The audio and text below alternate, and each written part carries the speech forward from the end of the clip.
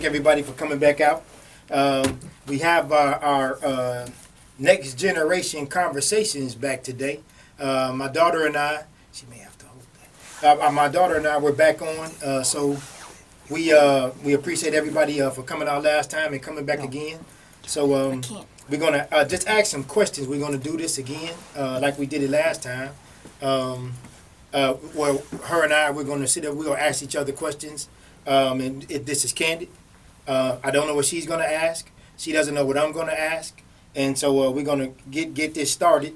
How you doing today? Let everybody know who you are, young lady. I'm Iman. I'm his oldest daughter, and I'm doing well. Hope everybody had a good day today. A good hump day. Okay, so yeah. Well, this is Wednesday.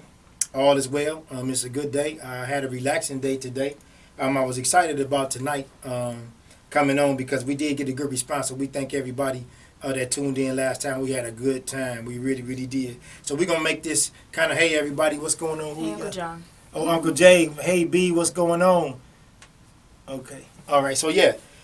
So we're going to get started. Do you want me to go first? Or do you want to go first? Ahead. Okay. I'll follow your lead. All right. What is the first real memory you had of me and you? Oh, it's a good one. We were in Detroit, and I remember you painting my bedroom. On Sesame Street. Oh, wow. Oh, the characters?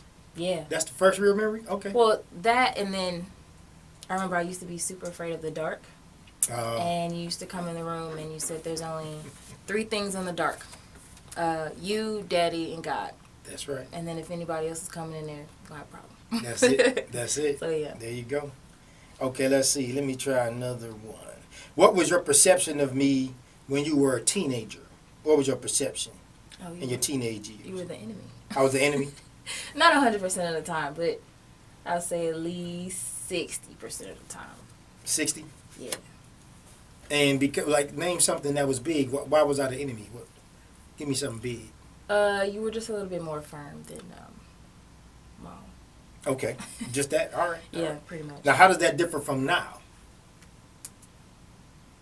Oh, I have other life experiences. I have more knowledge now. I have a better grasp on life than I did. So that makes me not the monster then? Yeah. Okay. All right, so let me see here. What is the first thing you stole from me? The first thing you stole. Probably a pair of socks. No. Which to this day you still think that I take. Okay. Oh, yeah. Okay, dads, all the dads out there that have daughters, please call in. Please, I know you heard that. Okay, so I think for sure, I know one of the first things you stole is, remember you used to crawl through the window and go to the pantry. Oh, see y'all. See, but that's really that's stealing. Technically, that's not stealing. What? That's not stealing. So the reference that he's making, guys, is at our house in Detroit. We had my sister and our room was literally right next to the pantry/laundry room, and we had a pantry full of goodies and all that kind of stuff. And so our window would lift, and so I don't know who thought about it, me or my sister, but we would sneak in at night and get snacks. Okay, so Which yeah. technically to me it's not stealing, but okay. It's already in there. Ladies and gentlemen, you can call in if you don't think that's stealing, because she know if she would have asked me, we would have told her no. So is it stealing or is it being disobedient? See, that's what. Okay, so okay. We'll move on. You just answered the question. All right, we'll go to another one. Okay. What does I'm gonna use these words are the same.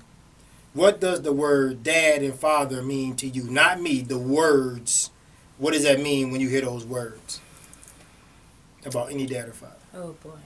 I think dad is someone that helps raise you, but a father is someone that guides you and helps cultivate you and help raise you. Does that make sense? Yeah. Yeah, whatever it means to you is your definition. To me. I think father holds more weight than dad. Okay. Okay. When you were dropped off at college and I left, what were your thoughts? Bawled like a baby. Bawled. You cried? And I said, oh, this is it. Even though I was 45 minutes away, but it was still away from home. And it was tough. Okay. Yeah. Got that. Okay. If you had to describe me in one word, what would that word be? Consistent. Consistent? Yeah. Why would you use that word? Because no matter what the situation is, you're going to be DKG. For those of you who don't know, those are his initials. I'm not going to put out his middle name, so yeah. Okay. Okay, so no, that's pretty much the same question. Okay, what would you do different to better our relationship if you can go back in time? What would you do different? I have less of an attitude in my teenage years. You had that was an attitude? Okay. I've come a long way, people. Yes, you have. Let's not get it twisted. Yeah, I used to be. Yeah, it was bad. It was pretty bad. So you think it's better now? I think it's a lot better. You grading that paper? Kind of, Okay. maybe. Okay. All right. Obviously not. Okay, no, you know it. You did. It's eons better. Okay, when was the first time you deceived me on purpose and knew it? Like when you were conscious, you said, "I'm going to deceive Daddy," and you knew you were doing it. The first time? The first time that you can remember. I don't know. You don't know? I couldn't even tell you. I know it was in high school. It had to be high school or middle school. Can't think of nothing. Yeah. No, you can't think of nothing. Oh, well, not that you want to tell on the air. Right? Maybe that's it. Right, that's okay, what I'm... Okay, yeah, I got you. Okay, that's the answer. There you go. I got you. What is the most laughable memory you have with Dad? Oh, boy. It would have to be watching Talladega Nights with you for like the second time. That was hilarious. Yeah. So tell them the story. So for the longest, my sister and I were absolutely in love with the movie Talladega Nights. Like we memorized that movie, and for the longest, my dad used to say, "I don't know why are you watching that movie. It's dry humor. I don't understand it." And then the first time he watched it, he was like, it's okay." And then like the second, third, and fourth time, he was literally in tears. So that was funny to us to watch him, Yeah, because goofy and silly. Yeah, that type of humor didn't really hit me, but I'll tell you the genius of that movie is you do have to watch it once or twice, or well, I say 3 or 4 times, and it got funnier every time I watched it. But when you have younger kids like The Lion King, I had to watch that like 18 million times or 19, I think, and so we did that a lot. So when they kept running that movie back, and I saw it, time and time again, and like now I can still laugh like really hard at that movie. If you haven't checked it out, you got to see it twice though. You can't watch it one time because you won't catch it. Right. Yeah. Okay. Is it my turn? Yeah, you go ahead. Okay. On average, how often do males ignore ladies in conversation? On average, On average. 70-75%. Okay. Can men and women truly, strictly be friends? Yes, and there are exceptions to every rule, but in general, no. 85% cannot do it. Eventually, something is going to go to the left. Okay. When women say, "I want a strong man," what do men hear when we say that? When women say, "I want a strong man," what do we hear? Well, because we're programmed to be strong minded and strong in body, so we probably take it how y'all mean it. For the most part, we take it how y'all... For face value. Yeah, for face value. Okay. Like that. To most men, what is the most irritating thing women do? To most men? Oh. On a constant basis. If you had to say... I got to pick one, just one? Okay, let's say the top 3 things Okay. men think are the most irritating thing Okay. women do. Okay. The top 3 things. Okay. Talk too much. And that could include, if we call it maybe babbling, just for lack of better terms, or what is it? What do we say all the time? Y'all nag. So it could be babbling or nagging, for lack of better terms, because we could use some better words, y'all. So talking too much. Nagging. And I'm including nagging in that. talking too much, spending too much money, unnecessarily spending too much money. Your money or our money? Well, it's house money. Okay, gotcha. If it's your woman or your wife, Okay, it's the same money at the end of the day. Okay, so clarification, ladies. top three, because the fellas don't. It's a lot. Let me see. Well, I mean, if I'm trying to get the top three, I want to get some good ones. When you talk in the barbershop, right, you just consistently hear the same thing. Like, when my woman does this irritates me. I would have to say when we change our mind all the time. Yeah, okay. That's where I was going. I was trying to, because I'm sifting through all of the stuff that, that was a better one than I could come up with, so I like that. Yeah, thank you for that. Yeah, the fellas would appreciate that. Okay. How soon can ladies tell if a guy likes her or not? Likes her, then doing in a dating situation or just walking into a room? Let's say dating situation. In dating situation? How long would it take y'all? I think y'all know the first 10 minutes on the date, if it's gonna work for y'all. I think the first 10. Is that accurate? It's about accurate. But what about guys? Okay. Us? No. We pretty much, when we meet you, like, we don't have to really get the first date. We just get that energy, and either he's going to be with you and do something crazy to stay with you because he wants you. So he'll pretty much know in the first 5 to 10 minutes for sure. Gotcha. Yeah, he in there. Okay. Yeah. What is your favorite childhood memory of me? Wow. Now, y'all, I know y'all gonna say, because she my baby, I'm saying this. She was a beautiful baby girl, and her spirit was crazy. Like, it was crazy. She could walk into a room and just light it up. Like, when she first started walking, she'd just walk in the room and be like, hey, just light the room up, man. That was amazing. So that's a hard question. The best, the most memorable, it had to be on the video. I had to say the one on the video when we had I think that's tell them about that. So, how old was I? 3. I was 3 years old, and we were at the house in Radom. A lot of my memories start back in Detroit. And I was in my Halloween costume. My dad had his video camera, which he absolutely loves, especially at family functions. Mm-hmm. And he was recording me, and he asked me to repeat my ABCs. And I first said no, and he was like, then he started to get stern with me. Hey, Mom, Daddy wants you to do your ABCs again. While he's saying that to me, my back is turned to him, and I put 2 batteries in my mouth, like I was vampire. Yeah, and then I was like, in the camera. Yeah, it was crazy. And so okay, I'm sorry. He couldn't. Well, he told me he couldn't decide if he wanted to discipline me or just laugh it off, because it was one of those organic moments where it was just like I was genuinely just being a child. It wasn't like a, curse you, Dad, I'm not gonna do what you are. In that moment, I was being baby me. Yeah, but the funny thing is, you were taught to not say no. You couldn't tell us no. It was crazy that the camera was on at that particular time and you said no. Like, that's the first time I remembered it. Right. And I didn't even remember that you said it that day until we rolled the tape back. And that's why I taped that stuff, so that we'll have those memories, coming back up into the day. Right. Yeah. Okay. Yeah, that's probably the first one that hit my head. Yeah, the memory. Mm-hmm. This is another off topic.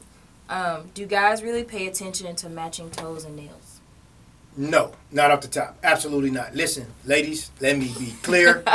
Listen, I'm telling you, because I'm telling you. Now, what I'm saying is, off the top, in general, it does not matter. Now, specifically when you get with him, if you have on a certain outfit and he want to take you out and he wants you to look real nice and special this evening, yes, then it matters. But if he meets you at the Walmart and your feet is out, all he looking for is that T-shirt and jeans with your hair pulled back or just in a simple style. He don't need you to be to the nines. He does not need all the fingernails painted with the sparkle and all on the toes. He does not need that. Absolutely not. No. Does not need it. Okay. Okay. Yeah. Let me see. Ooh. Okay, so wait, before I want to, okay, y'all, we're doing this now. I want to open up the phone lines, though, because if somebody have a question, they want to call in, you want to talk about your daughter or some things that you went through with your dad, that's cool. Yeah. So, hey, you can reach us at area code 615. The number is 227-1470. Again, that number is 615-227-1470. Okay, cool. Okay. This is just a question that I, come across with me and my friends.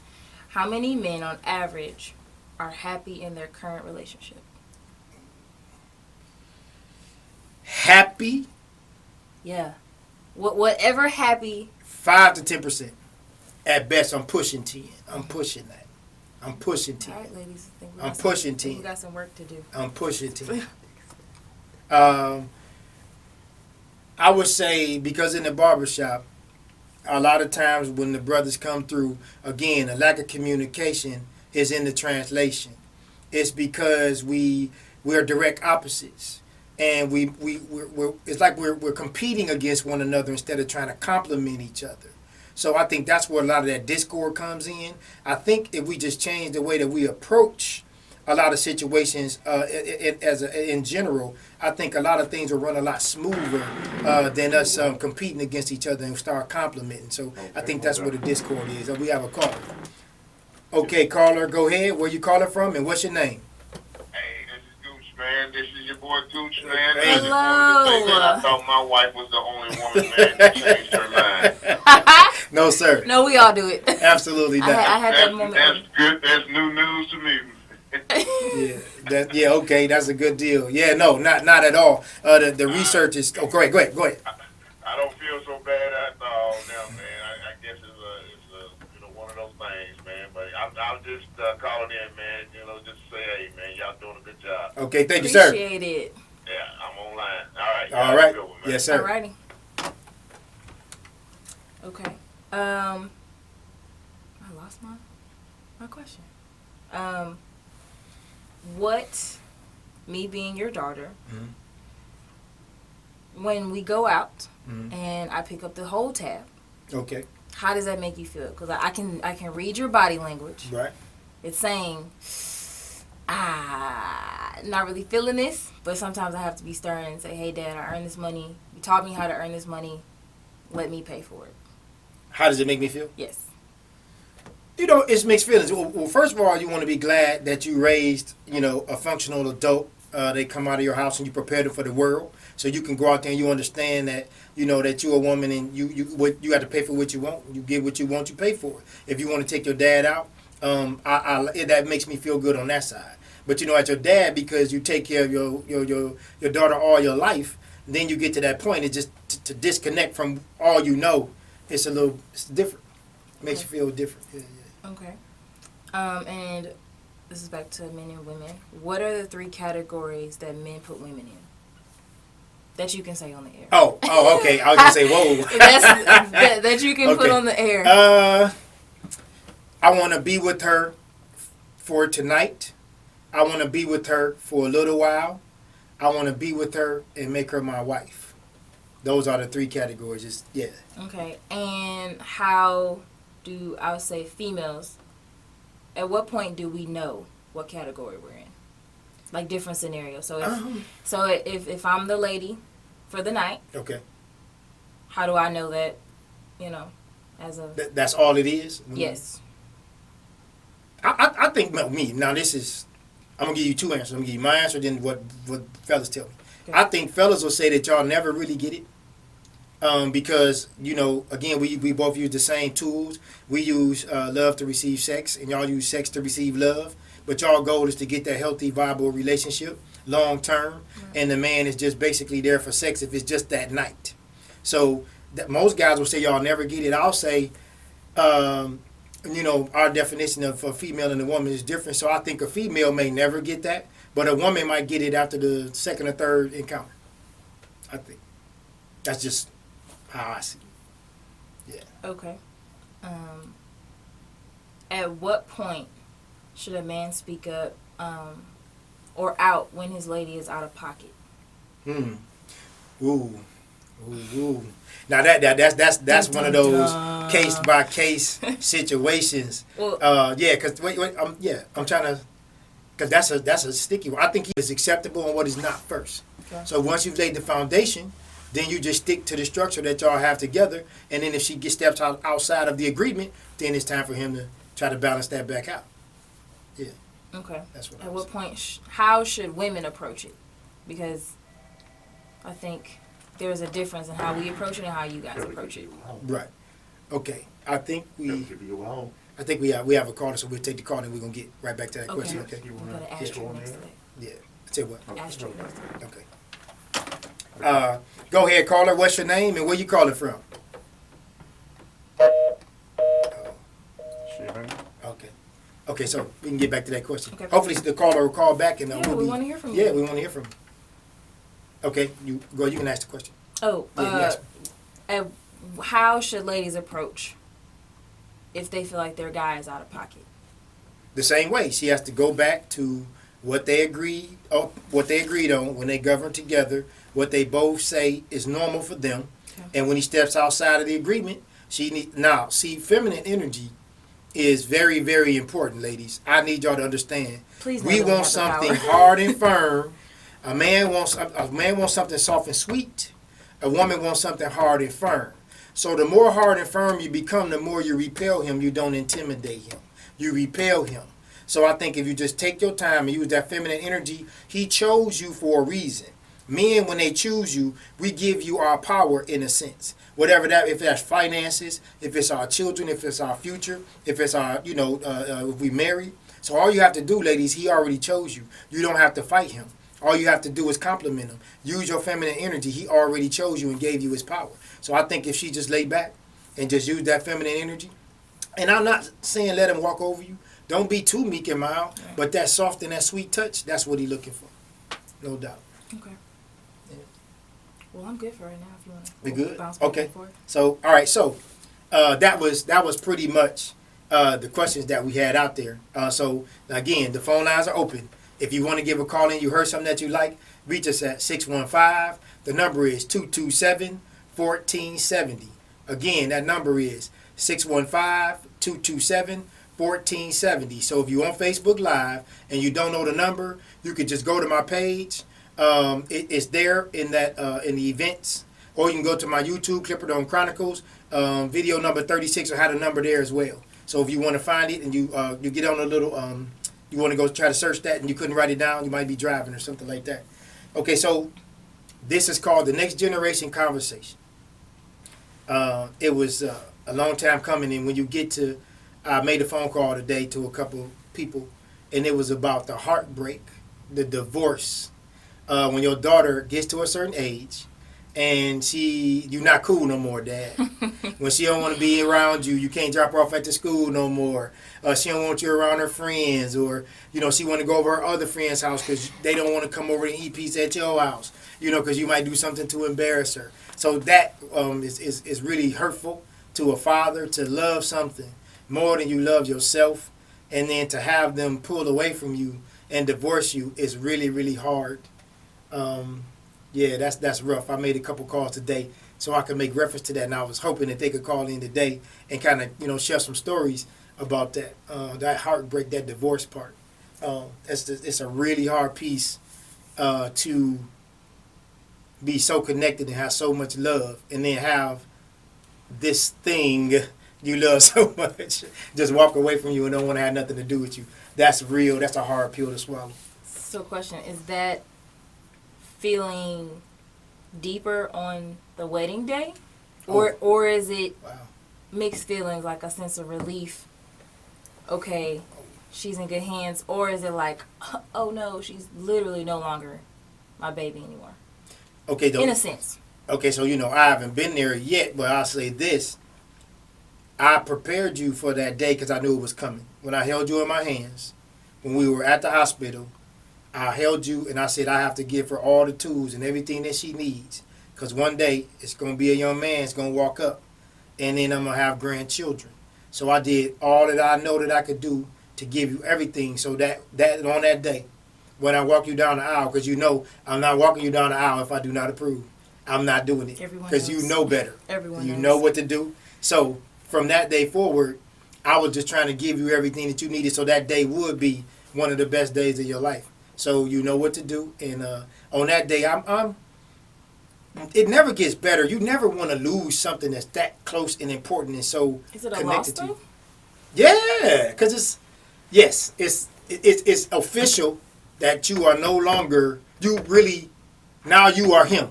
You are one. Got you. So it's not you and daddy, it's you and your husband. and then daddy is in the back, and I've never took a back seat. But then when you get your husband, I got to step back because now you have to create your own family, and do what I did. So, yeah, it's going to be a big loss. It's going to be huge. It's going to be tremendous. Yeah. So then that leads me to the question of, even in dating, when do you cross the line of this is my man and then this is my father? And when do I cross the line? Or when do women have to learn to cross the line? Like if I'm dating a guy and set plans are made.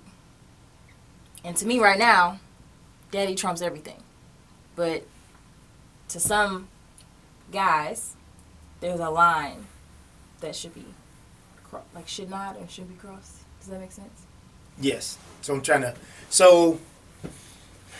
I guess it depends on how long y'all been dating and how far did you get with him up to this point. Because you dated before. Right. So they're all in the past now, right? So for whatever reason. Right. So daddy's still here. Right. So you have to be careful where you draw that line at, and you need to make sure that you probably should draw that line before you let him do it, because he could be gone tomorrow and daddy's still going to be here when the smoke clears. Do you remember our first, well, not our first argument, but the argument we had in Antioch?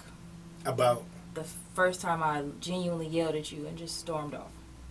I probably tried to block that out. But we were in Antioch, and I think that was the first time that I ever genuinely yelled. What happened? Wait, what was it? I was dating a young man that was probably not the worst, probably the worst idea. And we were sitting in the middle of the living room. Try to steady.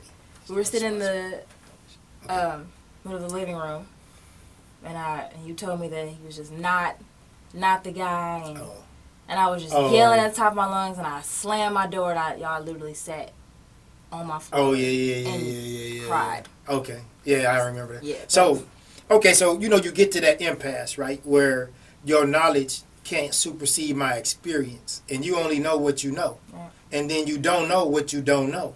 So I was just telling you what you didn't know, because I know you, and then I know him, and I saw the direction that the relationship was going in, and I knew that just wasn't going to work. I just knew that for sure, that he wasn't a viable option. I knew that. So, yeah. Got it. Mm-hmm. Got it. Okay. Well, ball in your court. Okay. So I have 2 daughters, okay? And my other daughter is not here with us. She's in Atlanta. So, yeah, she in Atlanta. And I wish that she could be here on the air, because that would make it, give us a different perspective, on some of these questions, and she will have some of her own. So I want to make sure that I always address the fact that I have 2 daughters, and we're gonna get her here one day, and we're gonna have a really good time with that one, because I can come up with some different questions where I combine the way they had their discord and the way they used to fall out, and and then how they were tight and how they started growing as sisters and creating that bond. Right. Yeah. Cousin Carlos said, "There is no line unless you are married." Okay. Yeah, that's it, I Carlos. like that. You are correct. I like sir. that. You are correct. Gotta Very have a correct. ring on this finger, guys. Absolutely. Sorry. There you go. Well, So- sorry, not sorry. And and it's a new day, because young people see stuff a little bit different. Y'all were able to take relationships a lot further, faster. So where with us, Right. it had to you got to kind of run that by somebody, before you could just dive in so fast and so deep, But yeah, Carlos is right. He dead right with that. The line is now see, because he has a daughter. He totally understands, because Carlos get it. See, he don't ever want to take that backseat either. But hey, cuz one day she gonna leave you. She gonna divorce you, man. It's coming at about 12, 13, and that's it. They just gotta wait your turn. But like I tell a lot of the fathers and guys in my life, that it'll come back full circle. Yeah, We will come back. That's right. We'll thank you for so much. We'll probably cry about so much. And, you just it's growing pains. I think that's now I appreciate my dad more than I did 3 years ago. Mm. So, yeah. It's full circle. It'll come back. So, like because you take care of yourself, you make your own money. But when do you lean back into that, this my dad, and I'm finna let him take care of this financially? When do you do that? Sometimes when I see that, like when I see that car maintenance bill, I'm like, let's reconsider this. But yeah. I don't say I rely on it a lot. I think most of the times I present, hey, this is what I have, I can't get the full amount, I need daddy's help. It's never just been, woe is me. I don't have absolutely anything, playing the, what is it called? The damsel in distress. Right. Yeah. I don't think I played that since high school. And I pride myself on that. Do you remember when you had the green card and I sent you the Firestone for the first time by yourself? Do you remember that? Yeah. Okay. And do you want me to go to the bank and empty out a larger amount than I wanted to. Right. So, so what we did was, she was she wanted to get her wings. She wanted to fly. So I said, okay. I gave her a little shove out the nest. Now, I knew the guy I knew the mechanic that she was going to see. By the way, right. I set her up. I set her up. Total setup. You want to be grown, you want to be big and bad. I said, well, go on in and get you some, right? So I called and I said, give her everything that's broke. Tell her she got to get it fixed. And then the bill was like $1,400 or something like that. This was before I learned to read the Firestone printout. Right. This was before I learned to read that this is all a suggestion. This is not right. what needs to get done. Right. So, of course, I was in the car. I was upset. He asked me, he set me up. He was like, well, how much is it going to cost you? I said, I guess like $1,400. And then he just bust out laughing. It was one of those situations where it was a setup. And that wasn't a good feeling for me. I was like, why would you send me in there? And, you knew I was going to not have it. I'd be okay. Okay, so like it was a lot of times where when you wanted to be grown, you wanted to jump out there and do it, and then I had to let you go, right? I'm trying to think of another real good time. It was I'm gonna tell a Korean story. My other daughter, she went to visit her sister. My daughter was at Western Kentucky. Mm-hmm. And I tell them, I say, listen, you got to be careful when you get on that road because when you leave the house, it costs money. So this was her first real lesson. She got pulled over by the police. And then she was driving with her, it was dusk. Lights. She had the fog lights on and not the headlights. So she got pulled over. She got a $185 ticket or something like that. It was something outrageous. Yeah, she came home and she was fire red hot. I'm telling you. But see, you need these lessons. Daughters, Dad, we got to take them down through there. They have to learn that it's expensive. It's hard out here. Yeah, you went on a date. She said, Daddy, he taking me out. It don't cost me nothing. You always saying it costs me money to leave the house. So she met the young man at the prospective dating spot, wherever that was. So his car got towed, and she got a ticket. It ended up costing them $2 extra $100 on top of that meal. And that's what I'm trying to explain to her. When you leave this house, it costs money. It wasn't a date. I was going out with friends. Oh. Just to be specific. Okay, that's not what she told me. Oh, guys. See, this is all good. You did not say that. This is when I was downtown. I remember when it was. And best friend was DJing downtown. I'm still here. Okay. So. Okay. That's not it. Okay, it was not a date. Ladies and gentlemen, I'm totally making this up, specific. Y'all. I'm making this up. I was out with friends. I apologize. Because I remember I had to call some reinforcement. And I had to tell him after the fact. See? I'm glad I'm here, because if I wasn't, this wouldn't have been cleared up. So, either way, I got a ticket. And I said it wasn't going to cost me anything. So, again, hey, we got some more people on. So, what did they say? Randy said, better lessons in Tennessee rather than Detroit, LOL. No doubt. Absolutely. No doubt. Okay, if anybody want to call in, you can reach us at 615. The number is 227-1470. Again, that's 615-227-1470. I remember another staple situation, and when we took you to Western Kentucky, and I was trying to tell you how expensive it was, to go to school, and they separated us. You remember that? When they took y'all one way and they took us another way. Right. So now I knew something was going on, y'all. I said, hold up, this ain't good. Like they separating us. So they had us, the parents in the room, talking about the money, right? The financial part.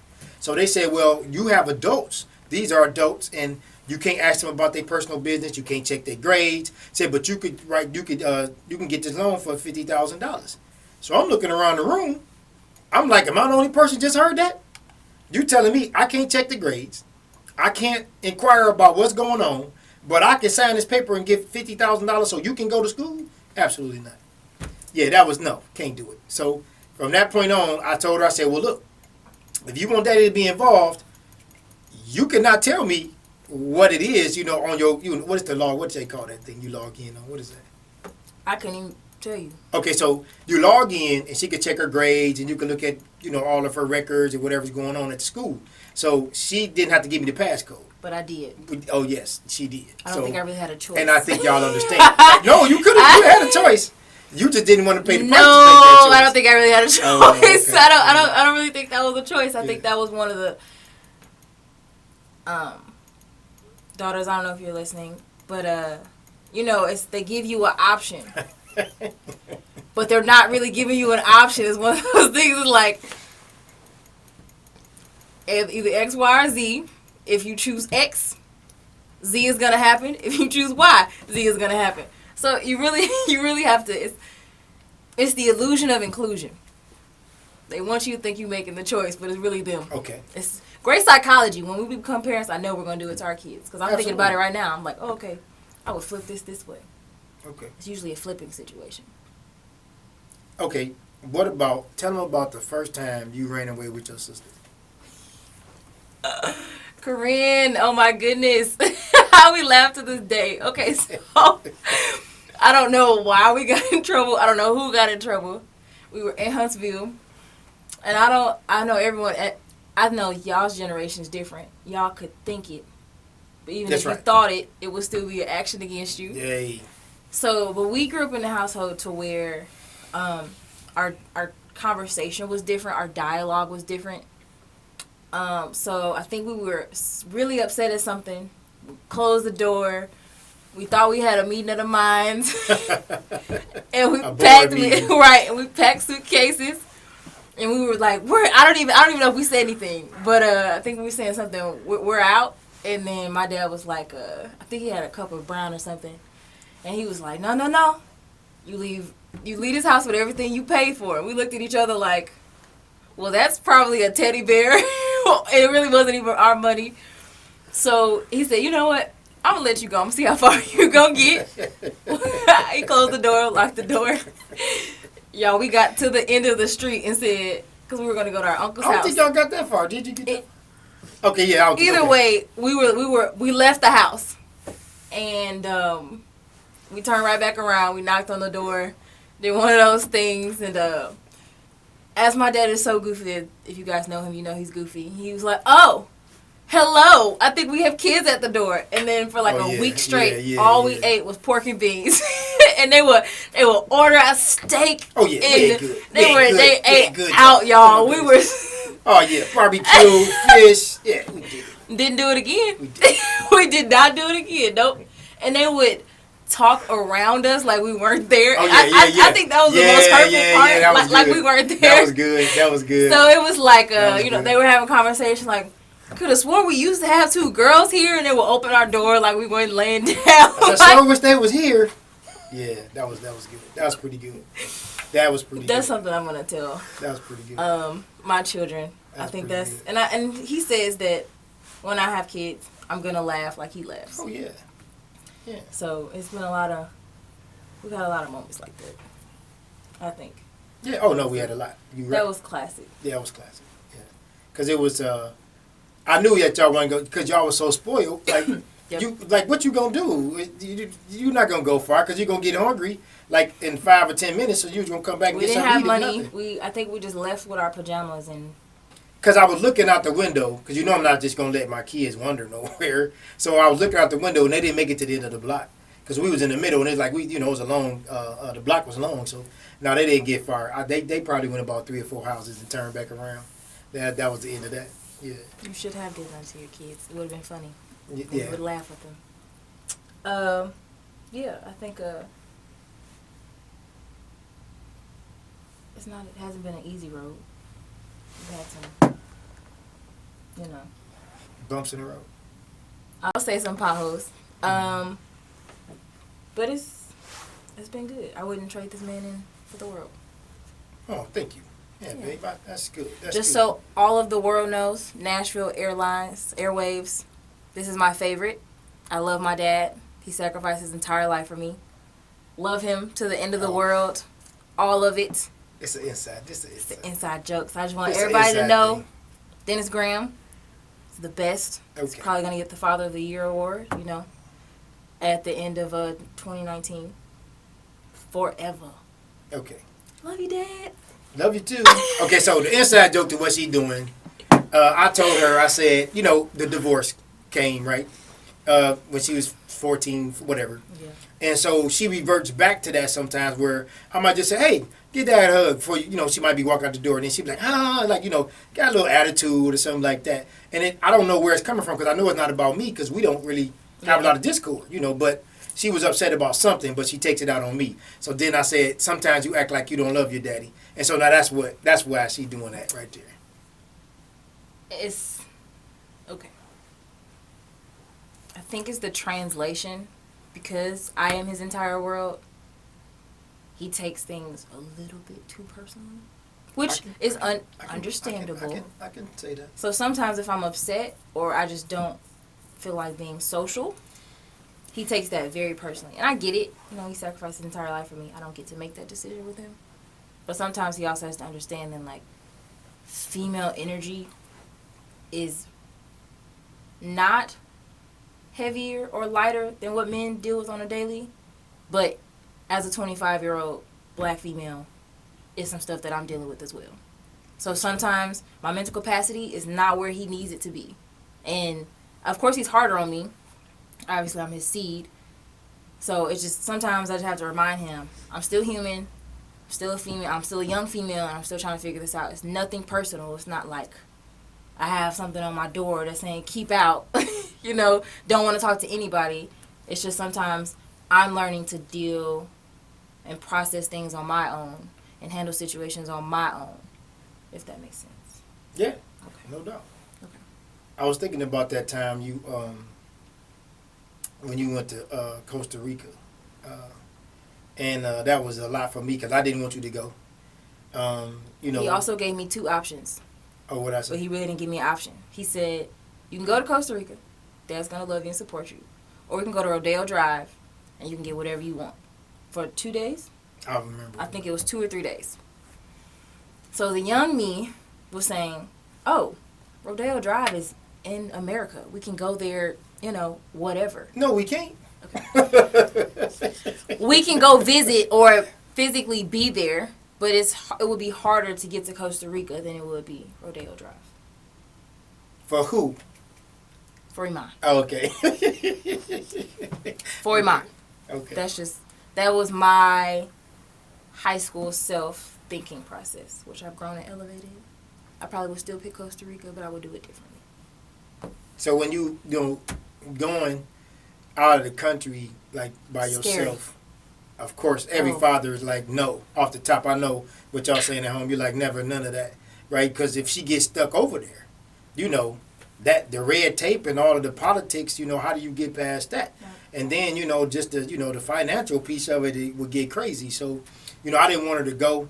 That was one of those real scary times. But thank God I never had to have any hospital. No tragedy, nothing like that. So it was pretty cool, that I didn't have that. But you get those scary moments as a father. We talked last time about her 21st birthday and how that worked out, for me as a father, seeing her the first time as a woman. Of course, I knew that at 18, 19, 20, but at 21 is really when it hit me. It was like, hey, this is it. She's finna move on, and now I got to adjust to and adapt to life, understanding that, you got this grown woman right here. So you have to make those adjustments and you have to adapt to that situation. So when things come back around, a lot of times now I'm just coaching and counseling. I'm not trying to, tell her what to do. And a lot of days, she walk away and I just start laughing because she again, her knowledge is trying to supersede my experience. And that's going to always be an issue. But I have to watch her crash and burn sometimes. And it's just hard to watch it, it's just going to take time. But I'm doing better than most 25-year-olds. Oh, no, I also absolutely. sometimes have to get my stuff totally pretty agree. fast. I totally agree. Because I could be out here in Atlanta. Bottle girl, Yeah. something. You could be, yeah. I got some of my friends, their daughters went to the left, Right. and they didn't like that at all. And I didn't have that issue. So it was just, but I did, you know, See, he doesn't have an issue because he, there's fear there, ladies. I know you are as close to your dad as I am. There is fear. Like, in college, I specifically didn't go to places. I still don't. Specifically don't go to places because I know if that man gets this phone call, oh, yeah, there are other people coming behind him, and there are going to be no questions. It's not going to be a, oops, I made a mistake. When the wheels are turning, the wheels are turning. That is what it is. So, and I was like that in Costa Rica.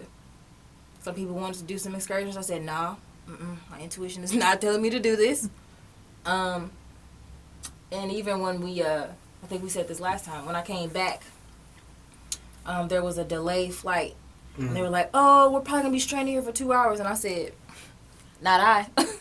I'm not going to be stranded. Y'all can be stranded because I know this man right here is coming to get me. So it is a process. The divorce does happen. But then when you get to see the seeds that you planted grow into flowers and plants and, you know, beautiful beings, then it'll all make sense. I'm not saying it's going to be perfect, you know. Planting seeds it's not the easiest thing to do.